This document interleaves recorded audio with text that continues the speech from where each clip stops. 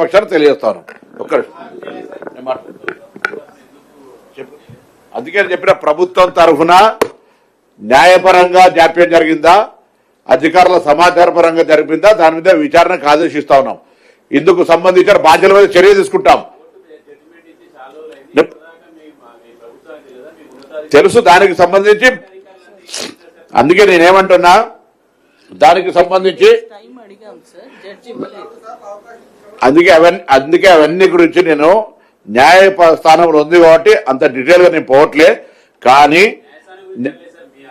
నేను ముందు మీకు చెప్పినప్పుడు మీరు చాలా స్పష్టంగా చెప్పిన మా అధికారులు కానీ SC ST BC minority welfare కు సంబంధించిన వాళ్ళు కానీ లేదా న్యాయపరంగా ఈ శాఖలను సమన్వయం చేయాల్సినటువంటి అక్కడ ఉన్నటువంటి బాధ్యులు కానీ ఎవరి లోపం అనేది గౌరవ ప్రభుత్వం తరఫున దాన్ని విచారణ చేసి అందుకు బాధ్యులైన చర్యలు తీసుకుంటామని స్పష్టంగా చెప్తా ఉన్నా. దానికి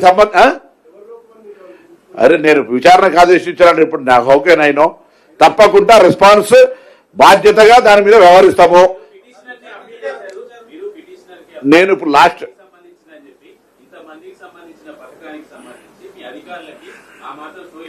నేను అదే చెప్తా ఉన్నా కదా, నేను అనే మాట మీరు అర్థం చేసుకుంటలేరు.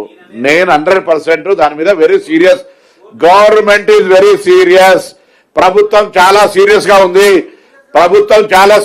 ఉంది. అరే నేను అందుకే 4 సార్లు అవకాశం ఇచ్చిరా, 5 సార్లు అవకాశం ఇచ్చిరా, కౌంటర్ ఫైల్ చేయకపోవడానికి గల కారణం న్యాయవాదుల తప్ప అధికారుల తప్ప. తెలిసిన తర్వాత యాక్షన్ తీసుకోకపోతే you can ask question. Please try to understand.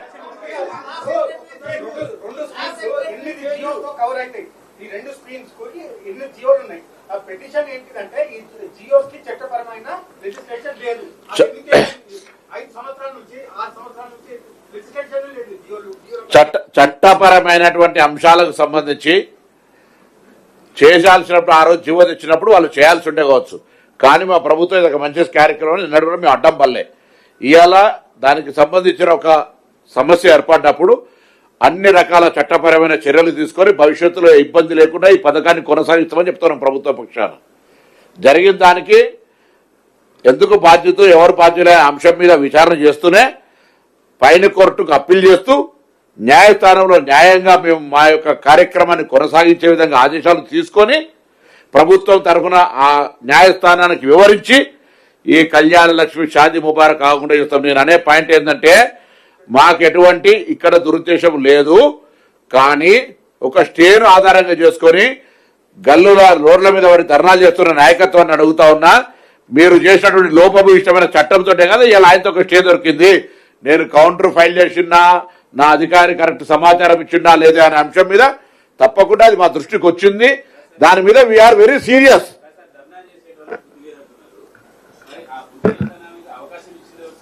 నేను చెప్పినా దానికి విచారణ చేస్తున్నాను, మరి యాక్షన్ తీసుకుంటాం అని చెప్పినా కదా.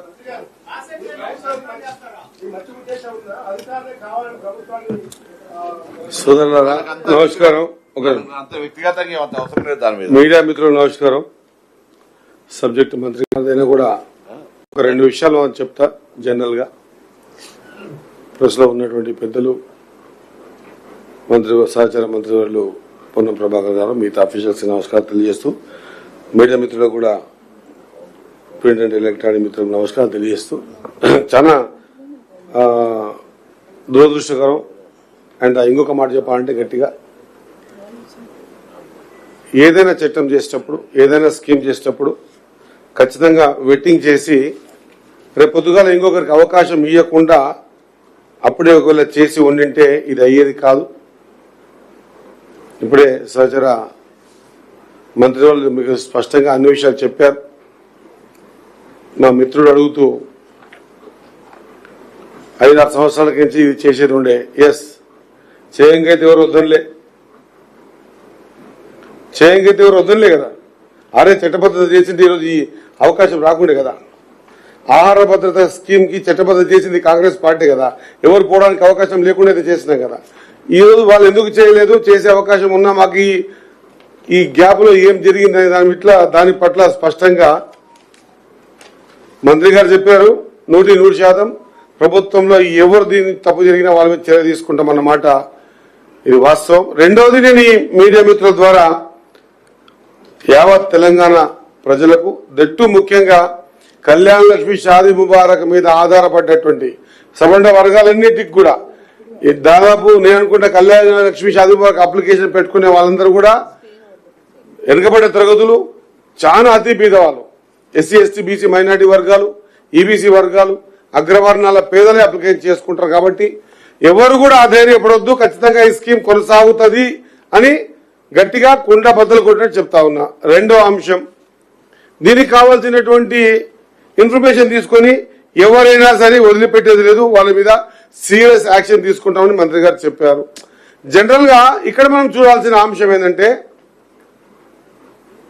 గత ప్రభుత్వంలో తీసుకున్నటువంటి కార్యక్రమం దీని ద్వారా లబ్ధి చేకూరుతుంది ప్రజలకనే ఉద్దేశంతోనే ఆ కార్యక్రమాన్ని ఎక్కడ కూడా నేను గత ప్రభుత్వం ఉన్నప్పుడు కూడా జెడ్పీ ఫ్లోర్ లీడర్ని, ఉమ్మడి పాలమూరు జిల్లా జెడ్పీటీసీ ఫ్లోర్ లీడర్ని, ఈ విషయంలో చాలాసార్లు కొట్లాడడం జరిగింది. ఒకవేళ వాళ్ళు ఈ షాదీ ముబారక్ కళ్యాణ లక్ష్మి చెక్కులు ఒకసారి మీరు డాటా ఉంటుంది వెడ్డింగ్ చేసి తీసి బయట తీయండి, దాదాపు 6 నెలలు 8 నెలలకు ఒకసారి ఇచ్చే పరిస్థితి లేకుండే, సంవత్సరం వెయిట్ చేయాల్సి వస్తుండే. కానీ ఈసారి టెన్షన్ గా 3 నెలలు దాటినివ్వకుండా ఈ కార్యక్రమాన్ని కొనసాగిస్తున్నామంటే ఈ కార్యక్రమం పట్ల మాకెంత చిత్తశుద్ధి ఉందో నిర్ధారణ అవుతుందన్నమాట మరొకసారి గుర్తు చేస్తా ఉన్నా. కానీ మీరు చేస్తున్నది ఏంటి? ఒకవేళ మీరు అంటా ఉన్నారు ఈరోజు పిలుపునిచ్చారు, ఈ పిలుపునిచ్చే బదులు ఒకవేళ నిజంగా కూడా ఒక యాక్సిడెంట్ జరిగినప్పుడు మనదా తప్పు వాళ్ళదా తప్పు కాదు. యాక్సిడెంట్ జరిగినప్పుడు మన పెద్ద బండి అయితే చిన్న బండిని లేదా కింద బండిని మనం మన బండిలో తీసుకుపోవడం వల్ల వాని ప్రాణాన్ని మనం కాపాడిన వాళ్ళం అవుతాం. ఒకవేళ నిజంగా మీకు అంత చిత్తశుద్ధి ఉంటే, కళ్యాణ లక్ష్మి షాదీ ముబారక్ మీద అంత మీకు ధ్యాస ఉంటే, మీరు ప్రభుత్వానికి చేయడం ఒకటే కాకుండా గుర్తు చేసి కోర్టుకు పోయి అటెండ్ అడిగే పరిస్థితి కాకుండా రాజకీయం చేద్దామనే దురుద్దేశం ఉంది కాబట్టి రేపు పిలుపునిచ్చారు. ప్రతి నియోజకవర్గ హెడ్ క్వార్టర్ లో ఎంతసేపు ఉన్నా ఏదున్నా రాజకీయంగా ఏ విధంగా లబ్ధి చేకూరుతుంది అని ఆలోచన చేసే మీరా మమ్మల్ని కౌంటర్ చేసేది? ఒకసారి మనం కూడా ఆలోచన చేయాలి. ఇది బీద ప్రజల ఆర్థిక స్థితిగతుల మీద భారం పడేటువంటి ఒక ఆలోచన విధానంతో తీసుకున్న నిర్ణయం. ఇది మంచిగా ఉంది, దీన్ని కొనసాగించినాం, ఎక్కడ బేషాలకు పోలే. రైతు బంధు మంచిగుండే రైతు భరోసాని కొనసాగించినాం, వాళ్ళు 10 ఇస్తే మేము 12 ఇచ్చినాం. రేపు షాదీ ముబారక్ కళ్యాణ లక్ష్మి కూడా రేపు మళ్ళీ కొనసాగించి ఈ ఆర్థిక పరిస్థితి ఇంత విచ్ఛిన్నమైన కూడా తెలంగాణ రాష్ట్రంలో ఆర్థిక దోపిడీ జరిగినా కూడా దీనికి మళ్ళా కంటిన్యూషన్ చేస్తూ ఏం చేయాలని ఆలోచన చేసేటువంటి ఆలోచన మాకుంటే, అది పక్క పెట్టి ఓన్లీ ఫక్త్ రాజకీయం ఏం కావాలా, మేము రాజకీయంగా ఎట్లా లబ్ధి పొందాలా అనే కోణంలో ఆలోచన చేసే వ్యక్తులకు ఈ ఆటలు ప్రజలు ఇంకా నమ్మరు. కళ్యాణ లక్ష్మి షాదీ ముబారక్ చెక్కులు ఎప్పుడైతే 3 నెలల లోపలనే అందుకుంటున్నటువంటి లబ్ధిదారులు మీరు ఎన్ని పొర్లు దండాలు పెట్టినా కూడా నమ్మే పరిస్థితి ఉండదు. నిజంగా కూడా చిత్తశుద్ధి ఉంటే ఖచ్చితంగా ఆ కోణంలో పోయే వాళ్ళన్న మాట మరొకసారి గుర్తు చేస్తూ, నేను మీడియా ద్వారా ఖచ్చితంగా ఆ చిత్తశుద్ధి మాకుంది. అన్ని విషయాలు అన్ని కోణాలు రుజువైంది. గతంలో నోటిఫికేషన్ వేస్తే కూడా నోటిఫికేషన్ చేసినట్టు తీసుకో, ఖచ్చితంగా ఎవరితో ఒకరితో కోర్టులో వేయించి దానికి మళ్ళీ వాపసు తీసుకోవడం తీసుకో, అట్లా చేయలేదు.